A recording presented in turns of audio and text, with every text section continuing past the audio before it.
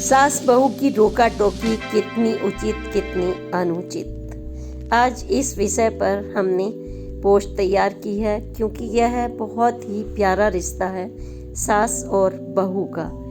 लेकिन छोटी छोटी बातों पर रिश्तों में इतनी खटास हो जाती है कि सास यानी कि जो माँ है वो अपने ही बेटे से मिलने से मजबूर हो जाती है और बहू का सिक्का चलने लगता है और सास बस एक मुसीबत सी बहू को लगने लगती है। इसलिए आज की पोस्ट बहुत महत्वपूर्ण है, इसको देखिए। नमस्कार, मीना कौशिक लाइफ स्टाइल में आपका स्वागत है। आज की चर्चा घर के लिए सभी के बहुत ही महत्वपूर्ण है।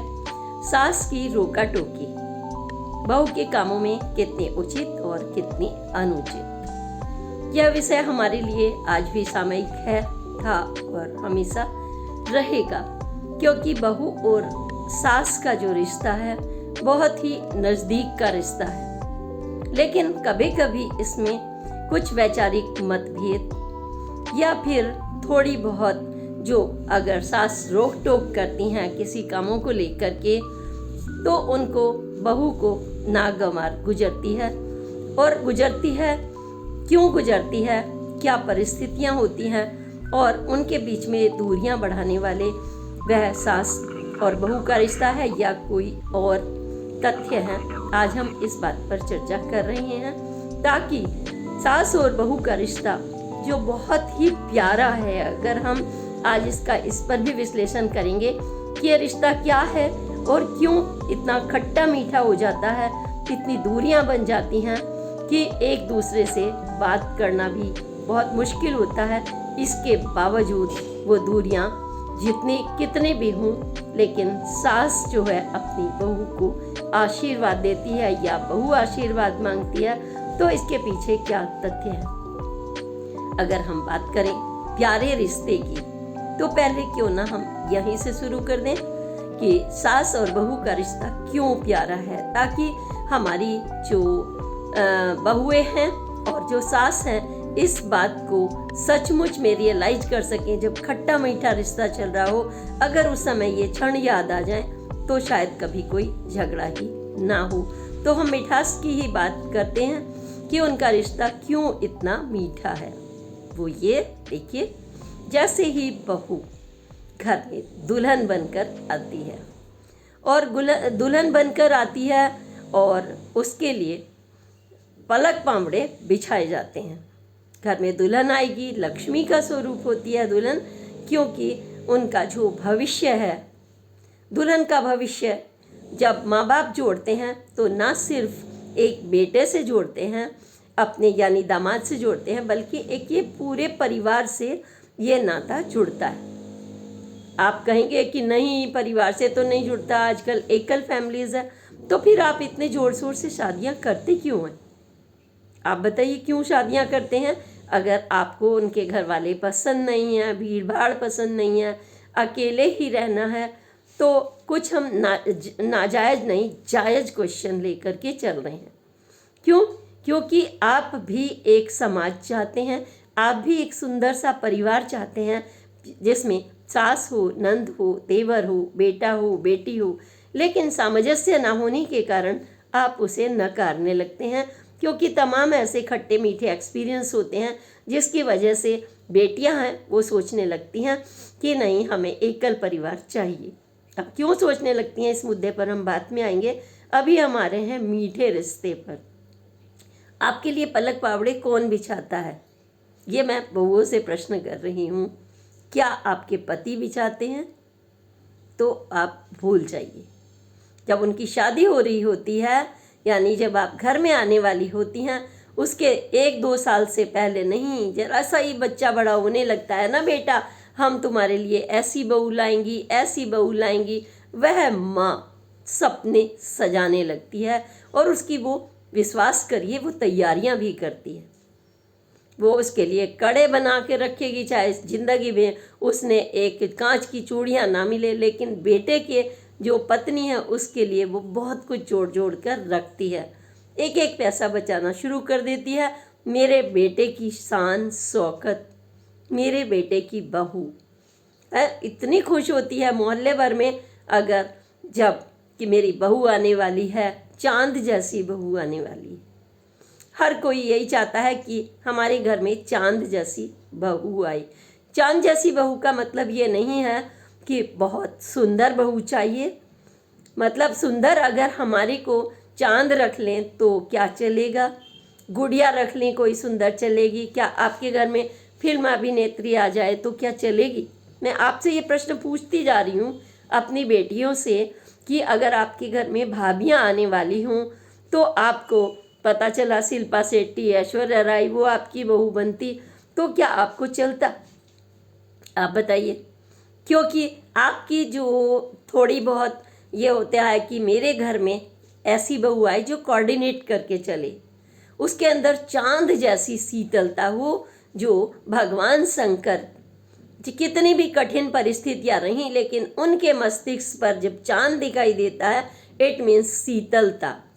शीतलता चांद जैसी जिसके अंदर होगी वो हर रिश्ते को निभाना जानता है, और भगवान शंकर की तरह उसके अंदर नीलकंठ। कुछ बुरी परिस्थितियां हों तो खून का सा घूंट पियो ताकि आपका भविष्य सुंदर और सजीला रहे।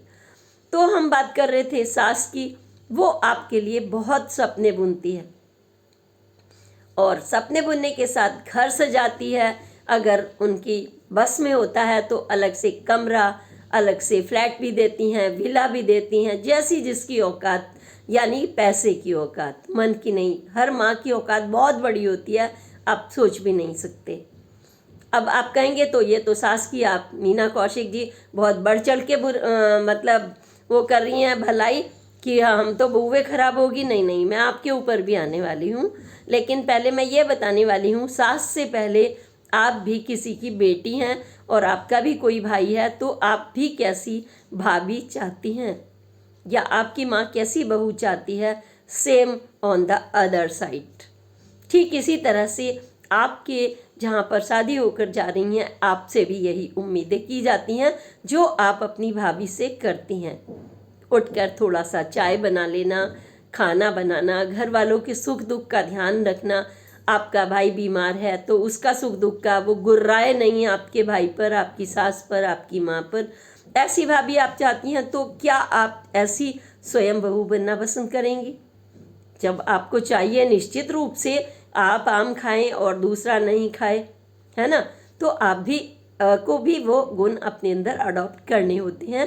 क्योंकि सबसे पहले जब भी आप किसी के घर जाती हैं तो आपका प्रश्न होता है मैं क्यों बनाऊं, मैं क्यों बनाऊं रोटी, किसी की चाय, किसी के परिवार के लिए मैं क्या नौकर बन के जा रही हूँ। खास तौर से आज की पीढ़ियों के मुंह से जब बेटियों की मैं बात सुनती हूँ, हम कमाएंगे, हमें नहीं इन सब पचड़ों में पड़ना, हमें पति भी हमारे, हम चाय बनाएंगे तो उसको भी बना के देनी पड़ेगी। जब हम ये सुनते हैं तब हम उस जो पक्ष है वो मुझे ज़रूरी रखना होता है अपनी पोस्ट में।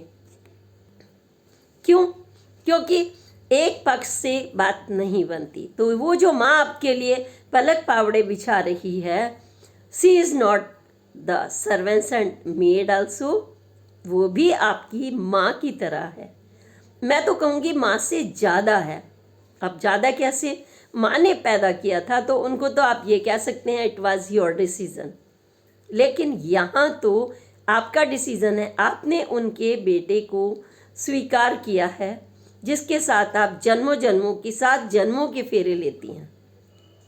जब आप फेरे ले रही हैं तो उस बेटे को तैयार करने में जिस माँ का योगदान है, और वो भी गैर की तरह नहीं, हर सुख दुख में उसने एक छोटी सी मतलब पैदा करने से लेकर के उसको चलाने तक, उसके संस्कारों से लेकर के उसके नौकरी तक, और सब कुछ उसको तैयार किया है। आप उसको एक झटके से स्वीकार कर लेती हैं, एक 7 फेरे के बंधन के साथ। तो जो उसकी माँ है, जिसका वो अंश है, जिसने वो पैदा किया है, मैं फिर से आपकी माँ भी बीच बीच में याद दिलाती रहूँगी ताकि आपको डिफरेंस पता रहे कि हम एक माँ को छोड़कर जाते हैं, दूसरी माँ को हम क्यों नहीं स्वीकार करते। आप बताइए, हम क्यों नहीं स्वीकार करते? हमें उनके दिए हुए कड़े अच्छे लगते हैं, हमें उनके दिए हुए नेकलेस अच्छे लगते हैं, हमें उनका दिया हुआ बेटा अच्छा लगता है, हमें उनका दिया हुआ बंगला, घर, साड़ी, सब कुछ अच्छा लगता है ना। आप बताइए, जब वो देती हैं आप कितनी खुश होती हैं, मन मन में जाके अपनी बहनों को दिखाती हैं, ये मेरी मेकअप किट है, ये मेरे बड़े पर्स हैं, ये मेरा ये है, मेरा ये है, सब कुछ आप मतलब रोप गांठने के नाम पर तो आप बोलती हैं, लेकिन जब स्वीकारने की बात आती है, माँ बेचारी एक तरफ खड़ी हो जाती है फेरों के तुरंत बाद। मतलब उसे कोई ये नहीं पूछेगा कि वो भी इतने दिनों से तैयारी कर रही थी, हम पहले मतलब झुक के उसको भी गले लग जाएं, प्रणाम कर लें। ऐसे तो आप मोड बनते हो बहुत ज़्यादा, है ना, मोड बनते हो ना, कि जब जिस समय आपकी वरमाला पड़ रही है तो आप 25 तरह के फ़ोटो भी खिंचवा रहे हैं, इधर स्टाइल उधर स्टाइल, ये करके वो करके। लेकिन उस समय आपकी मॉडनेस कहाँ चली जाती है, जब आपकी सस और नंद सामने खड़ी होती हैं, तब आपको कहना पड़े कि आप पैर छू लो तो बड़ा ऑड सा लगता है। तब आपके संस्कार कहाँ चले जाते हैं। तो शुरुआत यहीं से कर देनी चाहिए। मुझे लगता है कि आपको उसी समय से एक माँ, अगर आपने बेटी बन गई तो ज़िंदगी में आपको रोका टोकी महसूस नहीं होगी। अभी रोका टोकी शुरू नहीं हुई है, अभी वो घर में ही आई हुई है। और एक रात आपने वहाँ पर अच्छे से पूजा पाठ में सब बीती, सुबह आप उठते हैं, पूरा परिवार उठ चुका होता है ससुराल का, क्योंकि शादी का घर है, सारे उठ चुके हैं, सब नहा चुके हैं, लेकिन आपको तो भाई स्पेशल न्योता देना ही पड़ेगा, क्योंकि आपको लगता है ये दूसरे का घर है। लेकिन जब हम किसी के घर मेहमानदारी में जब नहीं जाती है, हमारी शादी नहीं होती, तो हम पूछते हैं बाथरूम किधर है, हमें सुबह नहाना है, हमें जाना है।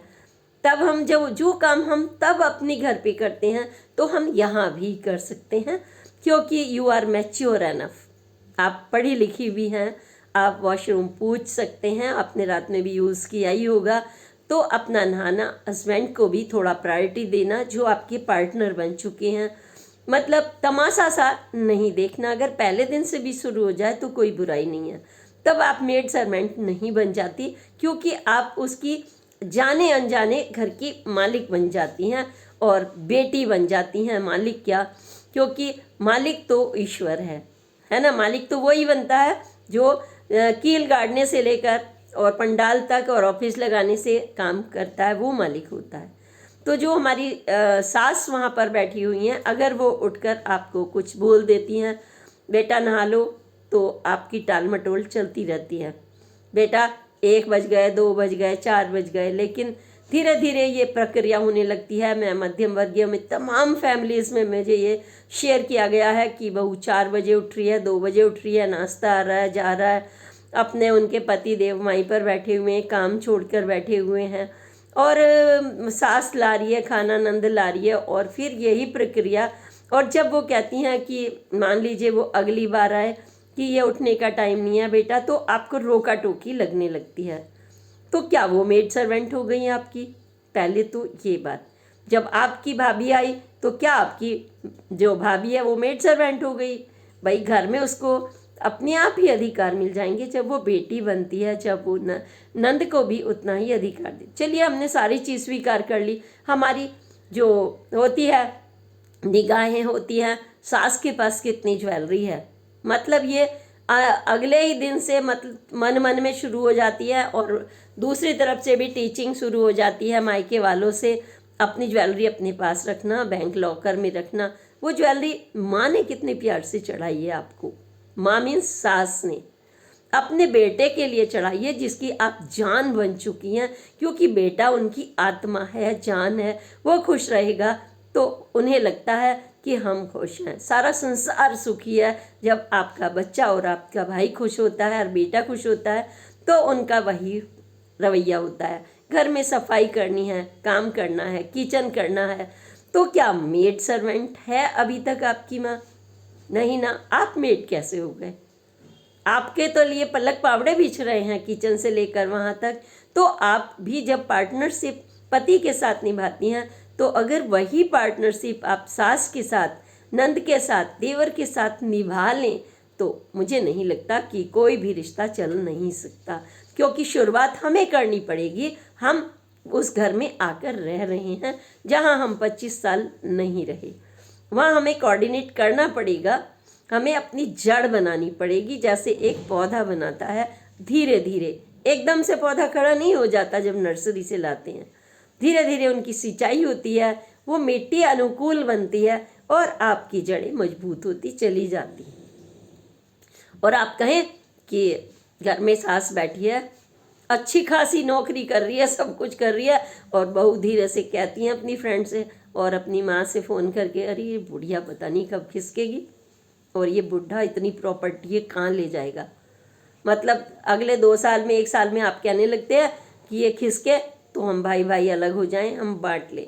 यानी कि परिवार का डिवीज़न, हिंदुस्तान पाकिस्तान बांटने की बात हो जाती है ना। मतलब एक घर को बांट दीजिए ताकि ज़िंदगी भर के लिए एकता ही खत्म हो जाए। और जो समझदार बहुएं होती हैं वो घर में बेटियां बन जाती हैं, संख्या कम है इस तरीके की, क्योंकि पहले दिन से उनका जो अटैची में सामान आया है उसको कोई और नहीं हाथ लगा सकता। नंद नहीं, सास नहीं, देवर नहीं, बिल्कुल कोई नहीं हाथ लगा सकता। आप लगा सकती हो उनके पूरे घर को। आपको क्यूरियोसिटी होती है इनके जो अलमीरा है उसमें कितना धन है, इनके नाम कितनी प्रॉपर्टी है, पति के नाम कितनी है, सास के नाम कितनी है। हम पूरा मैथमेटिक्स बहुत मजबूत कर लेते हैं अपना, और असली जो मैथमेटिक्स है रिश्तों का उस समय हम भूल जाते हैं, यह भूल जाते हैं। सास आपकी धीरे धीरे किनारा करने लगती है, देखती रहती है, बोलती नहीं है।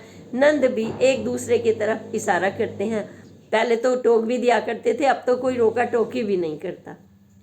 अब तो सोचते हैं पता नहीं कब कौन हमें जेल में भिजवा दे अगर हमने कुछ भी कहा, क्योंकि पहले दिन से ही शादी की बेटी कहने लगती है अपने मायके से, मैं तो अंदर करा दूंगी। अंदर करा दोगी भाई, ठीक है, तुम जा ही क्यों रहे हो उस घर में, है ना। तो जब ये सोच हट जाए तो ये घर तो स्वर्ग बनेगा और वो भी बनेगा। अन्यथा क्या होगा, हर रोज झगड़े होंगे। माँ का अपना घर है, उसने वहाँ पे 50 साल 55 साल जितनी भी तुम्हारी सास की उम्र है, 45 साल 60 साल जो भी उम्र है, वो उस घर को संचालक के रूप में चला रही थी, अपने बच्चों को पालने से, यानी कि जो तुम्हारे पति है उनको पालने से लेकर उन्हें पढ़ाने तक, फीस भरने तक सब कुछ करनी थी। आप एक दिन में चाहते हैं कि जो पीपल का बरगद था उसको आप एक झटके से आरी से काट दें, वो नीचे आ जाए और उसकी सारी ब्रांचेस आपके हाथ में आ जाएं। तो क्या उसमें जान रहेगी उन ब्रांचेस में? मैं आपसे जानना चाहती हूँ। वो मृतक के समान, मतलब ख़त्म हो गया वो सब कुछ। तो वो अगर आपको मिला तो क्या आप पनप पाएंगे? ये सारे क्वेश्चन आप ही से हैं कि आप कैसे पन पाएंगे उनको। बोनजाई लगाएंगे क्या? जो बड़ा होता है वो बोनजाई छोटा सा नमूना, वो जिंदगी तो नहीं चला सकता, जिसको हम बौना कहते हैं, बौने पेड़, बौना आदमी, बौनी सोच, है ना। तो आपकी बौनी सोच नहीं होनी चाहिए। ये तो हुआ आपका सोच, क्योंकि आप एक एक चीज़ को अडॉप्ट कर रही हैं, तो काम करने में आप नौकर कहाँ से बन जाते हैं। आपको A1 क्लास में कितनी ही महिलाएं जो मुझे फ़ोन करती हैं, मेरी मित्र भी हैं और मेरे यूट्यूबर्स की भी हैं, वो 74 साल की उम्र में आज भी अपनी किचन खुद बनाती हैं। नहीं पसंद आता उन्हें कि क्यों कोई खुजाते हुए कोई मेड उनका बना दे, सर्वेंट अपने मनमानी करे। जो न्यूज़ आते हैं आटे को मतलब कितनी गंदी चीज़ से गूंद के वो गाजियाबाद में खिला रही थी सुसु से कि एक प्रॉपर्टी रियल एस्टेट के मालिक को। क्या वो अपने घर को ऐसे बनने दें? नौकर के हाथ से आप खाएंगे, उन्हें आपने डांट दिया क्योंकि आपका एटीट्यूड ऐसा है तो वो बदला भी लेंगे कई बार, या फिर पता नहीं कुछ भी हो सकता है। वो क्योंकि वो अपने परिवार के नहीं, वो अपना घर चलाने के लिए काम कर रहे हैं, उनको बहुत सारी चीज़ें बुरी लग जाती हैं कई बार, ऐसा भी हो सकता है। वो सब्जेक्ट अलग है, लेकिन आज सास के बारे में हम बात कर रहे हैं। तो आप उनको लेकर अलग हो जाती हैं, अलग बैठ जाती हैं, अलग खाती हैं घंटों। अगर सास गलती से आपके कमरे में आ जाए, हाँ कुछ चाहिए आपको, आप मम्मी जी तो कहना आपकी मजबूरी सा होता है, हाँ मम्मी जी कुछ चाहिए, जैसे वो उस घर में मतलब कोई अजनबी है, यानी कि कुत्ता कोई घुस आया है, क्या चाहिए उसे? रोटी का टुकड़ा चाहिए। अरे माँ को क्या चाहिए भाई? माँ का तो पूरा संसार आपकी खुशियों से है, उन्हें आपकी मुस्कुराहट चाहिए, वो भी आपसे 2 मिनट बैठ के बात करें। आप उनके पास बैठो, उनके गले लगो, मम्मा मुझे कुछ काम करना है क्या? चलिए आप क्यों बना रही हैं, अभी तक आप बनाती रही हैं, अब आपकी बेटी आ गई है। क्या कुछ घिस जाएगा आपके शरीर का? क्या घिस जाता है? आप बताइए, जब आपकी माँ खाना बना रही होती है पसीने पसीने और कोई आता है और आप काम करती हैं, तब आप खुशी से करती हैं, तो यहाँ क्या हो जाता है आपको? ये तो आपके लिए आपकी माँ ने 7 जन्मों का घर दिया है, आप इस घर को नहीं संभाल सकती, नतीजन झगड़ा, और रोज के 10-10 हजार महिला आयोग में केस पहुँचते हैं। हमें इसलिए से चेताना जरूरी है कि उनकी रोका टोकी नहीं, वो क्योंकि जिसने कंपनी बनाई है, मान लीजिए आपने एक कंपनी बनाई है, आप टीनेजर हैं और आप बहू हैं, चलिए आपने पढ़ाई लिखाई की है, अच्छे से डिप्लोमा किया है, मैनेजमेंट किया, आपने मैनेजमेंट सीखा है और आपने पूरी कंपनी रन कर दी छोटी सी उम्र में, और उसमें जाकर के कोई अजनबी अपने मनमाने रूल्स चलाने लगे, क्या उसको आप अपने कंपनी में मनमाने रूल्स चलाने देंगी? या फिर उनका चल गया, कल दूसरे का चल गया, कल आपके बच्चे भी होंगे तो वो नौकर बनी रहेंगी? क्या आप ऐसा होने देंगी अपनी कंपनी में? तो वो समझाने की कोशिश करेंगे आप, जो आपके यहाँ पर आएगा एम्प्लॉयर एम्प्लॉय के बीच का रिश्ता, कि ये हमारे रूल्स हैं, फॉलो कर लो। तो दैट इज़ नॉट द रोका टोकी। आप बताइए, अगर है तो आप बताइए, क्योंकि वो बस जस्ट आपको बताती हैं, जैसे आपकी माँ बताती है समय समय पर। आपका कुर्ता ऊंचा हो गया तो पकड़ के खींचती हैं, क्यों? क्योंकि अच्छा नहीं लगता जब सामने चलोगे उठकर। क्या हो गया? आप बताइए क्या हो गया? अगर बहू को बटन खुल गए गलती से, उन्होंने कह दिया कि इसको ठीक कर लो, तो क्या हो गया? ये रोका टोकी नहीं है, हैं? आँच धीरे से कह दिया किचन में, बहू थोड़ा सा तेल कम डालना, ज़्यादा ऑयली ना हो जाए, क्या ये रोका टोकी हो गई? गीले हाथ से नमक मत डाल देना, क्या ये गीले रोक? बच्चा है वो, उसने अभी काम संभाला है, आप भी नई आई हो, जब तक आपकी माँ और भाभी बना रही थी। तो अगर हम धीरे धीरे ये चीज़ें अपने अनुकूल एक पौधे की तरह करते हैं तो हम पनपते बहुत अच्छा हैं, और फिर आपकी माँ को आप पर गर्व होगा कि मेरी बेटी ने अपना घर संभाल लिया। और जिसने नहीं संभाला, फ़ोन करके मम्मा बता दो खीर कैसे बनेगी, हलवा कैसे बनेगा, मम्मा यहाँ तो मुझे पता नहीं कितने लोगों की सेवा करनी पड़ेगी, मम्मी यहाँ तो इतनी रोटियाँ बनती है, यहाँ तो इतना ठूस ठूस के खाते हैं। आप बताइए, क्या आपकी जो भाभी है आपकी माँ की रोटी गिनती थी, या ससुर की, या इनको गरम ताज़ा खाने की आदत है? कौन सी बुरी है आदत अगर वो ताज़ा मांग लेते हैं? गीला तौलिया सोफे पर रख दिया, उठाने को बोल देते हैं, तो ये क्या रोका टोकी है? ये हैं रूल्स एंड रेगुलेशन, जो आपको प्रधानमंत्री भी फॉलो करते हैं और राष्ट्रपति भी करते हैं। एक संविधान बनता ही एक अच्छी व्यवस्था के लिए, जो सुचारू व्यवस्था चलती है। मैं छोटे स्तर से भी बात करना चाहती हूँ और बड़े से भी। आप मध्यम वर्गीय हैं तो, उच्च हैं तो, हायर लेवल की हैं तो, अगर आप टाटा बिरला के यहाँ भी चली गई हैं तो उनके अलग रूल्स हैं, उन्होंने पूरी सुविधाएं आपको दी हुई है, नहीं खाते वो प्याज। ऐसे घरों में भी मैं गई हुई हूँ, करोड़ों पति था पैसा, और बहू आते ही कहती है हम तो प्याज का खाना खाएंगे, लहसुन का खाएंगे। तो उनको मजबूरी में क्या करना पड़ेगा, आप अपनी व्यवस्था वो किचन में करा देंगे आपके, क्योंकि वो नहीं खाते। अब आपके कहने से कैसे वो अपने पूरे घर में स्मेली कर लें?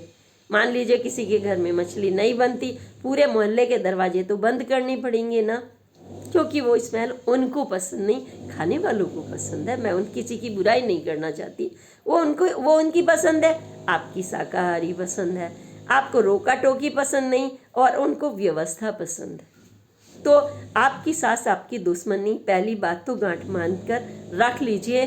वह आपकी वह माँ है, वो माँ है जिसने आपको जो इतना बड़ा तोहफा दिया है, ज़िंदगी में कोई नहीं दे सकता।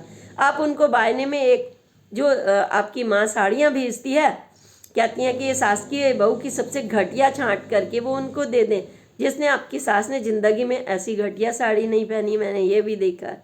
सबसे घटिया साड़ी निकाल कर उनको दे दें अब वो बेचारी प्यार से पहने मेरी बहू के घर से आया है। क्यों? क्योंकि उसको अच्छा लगता है मेरी बहू के घर से आया है। तो आपको इन चीज़ों को समझना होता है।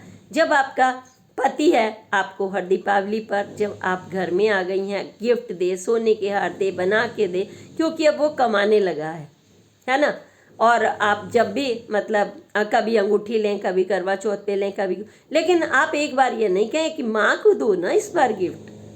आपने तो मेरे अभी बर्थडे भी दिया था, अब इतने दिनों बाद करवा चौथ आ गई है, मम्मी जी को दे दो, बहन को दे दो। तो देखो फिर कितना जोरदार प्यार चलेगा आपका। आप चीज़ समेटती हैं जिससे ज़िंदगी नहीं चलती, आप रिश्ते नहीं समेटती जो आपका घर है। बिखरता जाता है, बिखरता जाता है, फिर अलग हो जाते हैं। अलग होने के बाद भी झंझावट ख़त्म नहीं होता। आपके बेबी पैदा होता है तो आप अपनी माँ को नहीं बुलाती उस समय, अपनी बहन को नहीं बुलाती है उस समय आपको सास और नंद चाहिए सेवा के लिए। क्यों? वो क्यों आए? वो भी तो बोल सकते हैं, लेकिन वो फिर भी आते हैं। वो एक पैर खड़े रहते हैं। आपकी जो माँ है उनको वो कहती है नहीं हमें तो जल्दी है। और जब पार्टी करने के मन हो, कूदने के मन हो, घूमने के हो, तो वो आपके साथ कूद कर चले आए। तो कौन आपको इंटरफेयर कर रहा है ज़िंदगी में आपके? आपका मायका। जाने अनजाने में, भले ही वो प्यार करती हैं, लेकिन जाने अनजाने में वो भी कर देती हैं, क्योंकि आपकी फैमिली टूटने लगती है, मारधार होने लगती है, गुस्सा होने लगता है। ये दारू पीते हैं, वो पार्टी में जाते हैं, आपका साला दारू नहीं पीता क्या? आपका नौकर दारू नहीं पीता क्या? मैं एक एक को गिना कर रख देती हूँ जो टोक करने वाले हैं। कोई पार्टी के नाम पे, कोई गम के नाम पे, कोई दारू के नाम पे, कोई मीटिंग्स के नाम पे, सब पीते हैं, लेकिन आप अपने घर का नरक बना लेते हैं। सास सब देखती रहती है और कुछ भी नहीं करती। वो बेटे के और बहू के लिए हमेशा दूर से बैठ कर के वो भगवान से और माँ लक्ष्मी से या जिनको भी वो मानती हैं कहती रहती हैं मेरा बेटा सही रहे, मेरी बहू सही रहे, मेरे पोता नपति सही रहे। चाहे आप उनको गुस्सा करें, देखना ना चाहें, लेकिन वो ये चाहती हैं कि मेरा परिवार फले फूले। ये मैं आपको सास का रूप दिखा रही हूँ। और सास के लिए भी बहुत कुछ कहना चाहती हूँ। जब आपके घर में बहू आती है तो वो घर की लक्ष्मी है। उसको हम रोकने टोकने के रवैये को हमें अपने बदलना होता है। जब हम अपनी बेटी को बोलते हैं तो हम गाली भी दे लेते हैं, डांट भी लेते हैं, गुस्सा भी कर लेते हैं, वो आपको जेल नहीं पहुंचाएगी। लेकिन आज की बहू आपको सीधे कंप्लेंट करके अंदर करा देगी। दहेज मांग रहे थे आप, क्योंकि ऐसी घटनाएं हो रही हैं। मैं उनके बल पर बोल रही हूँ जो मैंने खुद महिला आयोग में, पुलिस थानों में, छोटे लेवल पर, बड़े लेवल पर खुद डील किए हैं। तो वो आपसे कहेंगे हमसे तो दहेज मांगा जा रहा है, 10 साल बाद भी कहने हमको तो सताया जा रहा है। आप बीच में नहीं बोल सकते। तो आपका तो बिल्कुल ऐसा नाता हो गया जैसे ऊपर सूरज देता तो सब कुछ है, आपसे ले कुछ नहीं सकता, लेकिन लेने वाला भी अपने कमरों में घुसा रहता है। विटामिन डी की कमी आ जाए, कैल्शियम की कमी आ जाए, आपका रंग पीला हो जाए, वो दाता से कुछ चाहता ही नहीं है। तो वो आपकी बहू बन जाती है कि उनको बस कमरों के अंदर की जिंदगी पसंद आ जाती है। अकेले अकेले जीने लगते हैं, बाद में मार धाड़ सब कुछ चलता रहता है पति पत्नी के बीच में, क्योंकि उस समय फैमिली नहीं है। फैमिली सिर्फ तमाशा देखती है और दुनिया आपके बेटा और बहू का तमाशा देखती है। आप कुछ नहीं कर सकते, मजबूर हो जाते हैं, असहाय हो जाते हैं। कोई संस्कार नहीं। लोग कहते हैं परवरिश की कमी है, कोई परवरिश की कमी नहीं होती। ये हवा है ऐसी कि पता नहीं कहाँ से आ जाती है। क्योंकि अचानक जो माँ के सामने जबान नहीं खोलती थी, कहीं कॉलेज नहीं जाना, भाई से नहीं मिलना, वो सुरक्षा की दृष्टि से वो पूरा एक दिन में चाहती है कि मैं सारी दुनिया को नाप लूं और पति पर गरजूं टेढ़ी। जब वो एंट्री करे, कहाँ गए थे, दोस्तों के पास मिलने गए थे, पूरा गणित एक दिन में गुलाम की तरह से हम उन्हें रखने लगे। तो सास का तो थोड़ा लिमिटेड रोल हो गया है आजकल, लेकिन फिर भी मैं यह कहूँगी कि हम रोका टोकी के अंदाज को बताना होगा कि बेटा अगर समझ लो तो ये आप ही का घर है। अभी तक देखिए आपने नहीं किया, हमारी भी बेटी सामने है, नहीं किया, लेकिन अब तो आपको ही संभालना है। आप हमारे साथ में परिवार में एक खास मेंबर हैं हमारे बेटा बेटी, किस तरह से आप बीच बीच में उनसे अपनी एक्सपीरियंस भी ज़रूर शेयर करें अगर बहू टाइम दे तो, क्योंकि कई बार बेटे भी ऐसे ही होते हैं, जब आपस में नोकझोंक हो रही होती है तो कहेंगे चाहे सारी गलती एक साइड की हो, क्यों लड़ रहे हो तुम लोग, यानी कि आपने बोला भी नहीं एक शब्द और तुम लोग सुनना पड़ जाता है। तो ये समस्याएं आ जाती हैं। तो हमें सास और बहू का रिश्ता सबसे प्यारा है अगर कोई समझ ले, क्योंकि वह सास है, वह बहन है जो जरा से अगर नेल्स में जरा सी खरोंच लगती है तो भाई के पीछे भागती है, जरा से उसको चोट लगती है तो वह बटन टूट जाए, या भूखा हो भाई तो रात के 2 बजे भी बहन खाना बनाती है, माँ खाना बनाती है। चाहे एक बार को गुस्सा करे इतनी देर से क्यों आया है तू, लेकिन वो लेट नहीं सकती, उसको नींद नहीं आएगी जब तक वो उसे रात के 2 बजे भी खाना ना खिला दे। लेकिन आप कहेंगे हम तुम्हारे नौकर नहीं हैं बाप के, 2 बजे खाना जो खिलाएं हम तो। और एक माँ होती है वो तब तक खाना ही नहीं खाती जब तक बेटा घर में ना आ जाए, उसको चिंता लगी रहती है। मेरा बेटा आज की दुनिया में सोचते हैं कि गाड़ी चल रही है, व्हीकल, झगड़ा, छोटी छोटी बात पर लोगों का खून गर्म है, काम होगा, वो डरती रहती है माँ। एक माँ हमेशा चिंतित होती है अपनी औलाद के लिए। अपनी जब आंधी पानी होती है बहू को कहेगी बेटा बाद में चले जाना ब्लाउज सिलवाने, आंधी आने वाली है पर तुमने तो कपड़े पहन लिए, सज के बैठ गई, तुम्हें तो तभी जाना है, तूफान आ रहा हो, ये खुद देखा है मैंने अपनी आंखों से। वो नहीं रुकेंगी, क्यों? चाहे आंधी में शेड गिर जाए, बाइक हो जाए खराब, गाड़ी गिर जाए, कुछ भी हो जाए, नहीं उनको जाना है तो जाना है। वो उनकी निर्णय क्षमता, यानी कितनी खराब निर्णय क्षमता, मतलब आप बनने लगते हैं मालिक, बिना फालतू के मालिक, डिसीजन नहीं ठीक लेना। घर वाले बता दें कि इस समय आंधी का टाइम हो रहा है बेटा, बादल भी आने वाले हैं, तुम मत जाओ, तो सास रोका टोकी करती है। थोड़ा सा दूध गिर रहा है, ये उबल जाएगा बेटा, हाथ हल्की कर दूँ आज, तो ये रोका टोकी समझने लगते हैं। तो इन चीज़ों को समझना होगा हमें कि ये रोका टोकी नहीं है, ये आपको व्यवस्थित करने का एक अच्छा सा प्यारा अवसर मिल रहा है जो हम माँ बाप से नहीं सीख कर आए, जो यहाँ मिल रहा है। हम कह सकते हैं आई एम सॉरी में कुछ नहीं बिगड़ता, लेकिन आप आंखें तरेती हैं, बड़बड़ाती हैं, जब पति आता है गुस्सा करती हैं, पैर पटकती हैं, बात नहीं करती उससे सीधे मुंह, और आप सामने परिवार बैठा है, आप मैसेज करती रहती हैं मुझे नहीं रहना इस घर में, कब तक रहना पड़ेगा, मेरी मायके पहुंचा दो, मुझे मायके पहुंचा दो। क्या मायके वाले आप बताओ कब तक आपका घर चला सकते हैं? आपको पति ही की कमाई खानी है, सास का ही बीच में रहना है। आपका कोई त्योहार हो, होली हो, दिवाली हो, छठ हो, तो बस आपका निगाहें लगी रहती हैं मुझे तो मायके जाना है। पति की चवन्नी कमाई नहीं, आपको तो मायके जाना है, कहीं से भी लाए, वो लूट के लाए, क्राइम करके लाए, कहीं से भी लाए, लेकिन आपको मायके जाना है, आपको वहीं मनाना है। अगर हमें वहीं मनाना था तो हमने इसको घर क्यों बनाया? फिर कहेंगे आप हम कमाते हैं, तो भाई कमा के वहीं पर खाते रहते। ये एक बहू के पक्ष के लिए नहीं, ये बहू की लाइफ के लिए बात कर रही हूँ, ताकि हमारी प्यारी प्यारी बेटियाँ अपने घर को सुंदर बना सकें। जब आपकी माँ नहीं रहती, पिता नहीं रहते, तो क्या आपका भाई घर चलाएगा? उसे अपना घर चलाना है भाई, वो क्यों चलाएगा? उसको अगर वो तुम्हारा घर चलाता रहेगा तो फिर उसका घर डिस्टर्ब हो जाएगा। तुम उसके लिए करती रहोगी तो तुम्हारा घर डिस्टर्ब हो जाएगा। तुम ले जा रही हो सामान भर भर के, और तुम अपने बेटे के लिए सरोजनी नगर से 50 रुपए की निक्कर खरीद रही हो, और मायके के लिए तुम खरीद रही हो धड़ाधड़। पति का जैसे ही पैसा आया कहीं से बेछूट, मुझे रोब दिखाना है, इतने का फलाना लो, और इतने का ये, इतने की साड़ी, इतने का ये, और अपने बेटे को सरोजनी नगर से ला के पहना दो या जनपद से पहना दो 50 रुपये का। तो ये अव्यवस्था जब कोई टोकता है तो वो आपको रोका टोकी लगती है।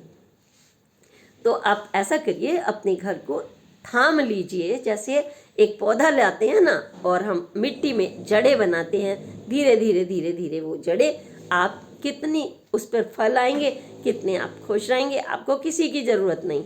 जब आप बड़ा सा पौधा बन जाते हैं, लाख लोग कंकर में कि आप मजबूत रहेंगे। आपके पास ये कहने की ज़रूरत नहीं है मेरे पति बहुत अमीर हैं, वो दिखाई देता है चेहरे पर पति के।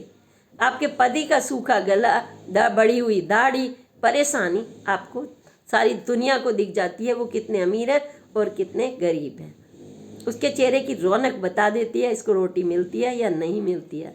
आपके सजने संवरने से, आपकी लीपा पोती से, आपके 10-10 हज़ार रुपये में बाल ठीक कराने से, और ये उनको कलर करा के स्ट्रेटनिंग कराने से, और या किटीज़ पार्टी में जाने से आपका रूप नहीं बनता।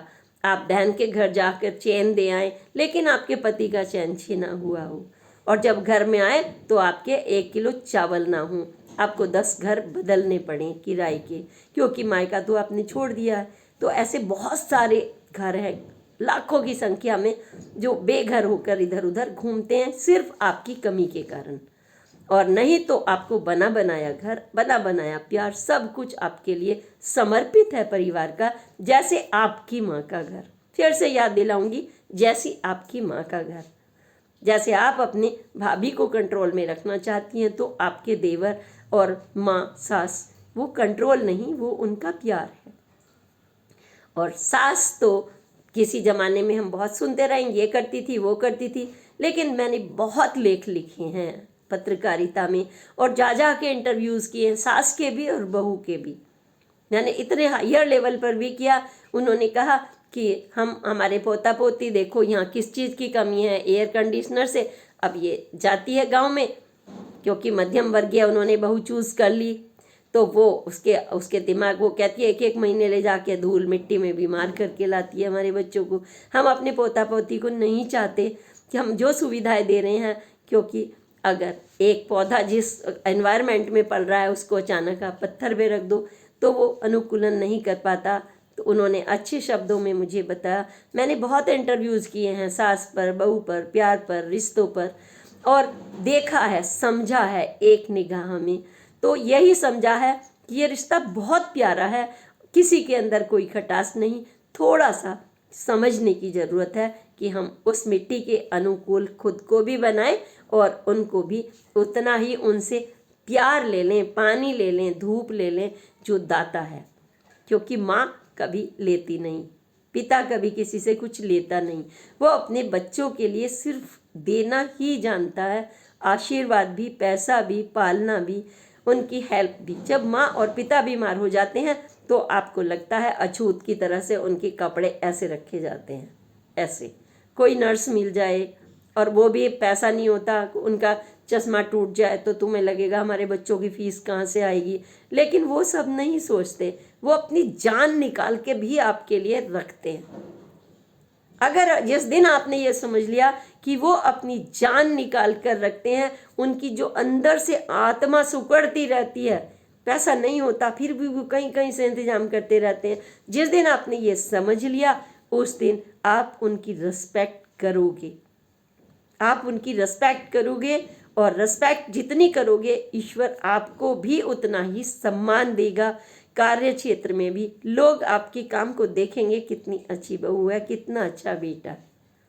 और यही नहीं, वो भी देखेंगे, फिर लोग क्या देते हैं, इनके तो संस्कार खराब है। अरे भाई, उन्होंने पाल पोस के बड़ा किया है, पानी दिया है, संस्कार पौधे में दिया है ना, हर समय पर सब कुछ दिया हुआ है। लेकिन पौधा अगर कैक्टस का निकल गया तो कैसे काम चलेगा? तो कैक्टस मत बनिए, तुलसा बनिए, हर्बल बनिए, करी पत्ता बनिए, सुंदर सुंदर ब्लूमिंग जो फूल होते हैं वो बनिए, जो भगवान को चढ़ते हैं तो खुशबू देते हैं, और आपके गलों में चढ़ते हैं तो आपकी शादी होती है, शुभ कार्य होते हैं, वो वाला फूल बनिए। आपके चेहरे पर जितनी अच्छी मुस्कुराहट होगी उतना ही आपका ब्लड सर्कुलेशन भी बहुत अच्छा होता है। जब आपके चेहरे पर मुस्कान आती है तो आपकी 60 साल में झुर्रियाँ नहीं आएंगी, 85 तक नहीं आएंगी। आपने बहुत ऐसी पर्सनैलिटीज़ देखी होंगी कि आप तो जवानी में 30 साल के बूढ़े लगने लगते हैं, और 120 साल की महिला को मैं दिखा दूं काम करते हुए, छोले भटूरे खाते हुए, ऐसी भी परिचित महिलाएं हैं मेरी। क्यों? वो एक्टिव भी रहती हैं और दूसरे मुस्कुराना जानती हैं, सहनशीलता जानती हैं। पति के साथ आज भी उनके बहुत अच्छे रिश्ते हैं, और आपकी जवानी में ही रिश्ते खत्म हो जाते हैं, मारधाड़ शुरू हो जाती है। तो हमें इन सब चीज़ों पर आज और कल में जब आप कहते हैं आप कंजर्वेटिव हो, आपको ऐसी बहू चाहिए वो चाहिए, कंजर्वेटिव नहीं है आप। आपकी माँ ने तो आपके पिता को नहीं छोड़ा ना, और छोड़ दिया तो फिर वो माँ ही क्या कि 8 बच्चे करके छोड़ दो और 4 बच्चे करके भी छोड़ दो, वो क्या माँ? माँ तो वो है धरती जिस पर आप पलते हैं। हर अच्छाई और बुराई पर भी आप उस माँ की गोद में बैठते हैं और उस पिता का आशीर्वाद लेते हैं आकाश की तरह। ठीक आपको भी बनना ही होगा, और बनेंगे तो आपके ही चेहरे पर चमक होगी। इसी के साथ मैं चाहूँगी जो भी अच्छे बुरे एक्सपीरियंस लोगों के मैंने आपके सामने रखे हैं, अगर कोई गलत लगे तो भी लिख कर भेजिए, क्योंकि बहुएं तो हमारी हैं, वो प्यारी सी वो बेटियां हैं। आज की बेटी कल की बहू है, या दूसरे के घर की मतलब बहू है। इसलिए ये प्रकृति का चक्र है, इसको हमें समझना होता है। और जिसने ये जान लिया, विष्णु जी के भी हाथ में चक्र है और कृष्ण जी के भी हाथ में चक्र है, तब आपने अपनी परिस्थितियों को ऐसे करके उनको काट डालोगे, परेशानियों को, और मुस्कुरा कर रामचंद्र भगवान जी की तरह, श्री राम जी की तरह आप बड़ी से बड़ी चुनौतियां भी झेल जाएंगे। फिर से आपको वही अयोध्या और वही दीप जलते हुए दिखाई देंगे आपके मन में, खुशियों के, जो हम ईश्वर से सीखते हैं। तमाम परिस्थितियों के बाद अपने मन पर विजय पाइए सबसे पहले, तब आप बाहर के बारे में सोचिए। मन में जो जितनी भी बुराई चीज़ें हैं उसको मार दीजिए पहले, बुराई को, फिर आपका अच्छा ही स्वागत करेगी और कभी आपको परेशानियां जिंदगी में नहीं घेरेंगी। जिसने माता और पिता, सास ससुर का सम्मान कर लिया, भाई बहन का कर लिया, रिश्तों का, वो जिंदगी में कभी कष्ट नहीं भोग सकता। यह नहीं है कि बिस्तर पर पड़े पड़े आराम लो और शरीर को भी खराब कर लो। इसी के साथ अगली पोस्ट तक के लिए प्रणाम। जय हिंद, जय भारत।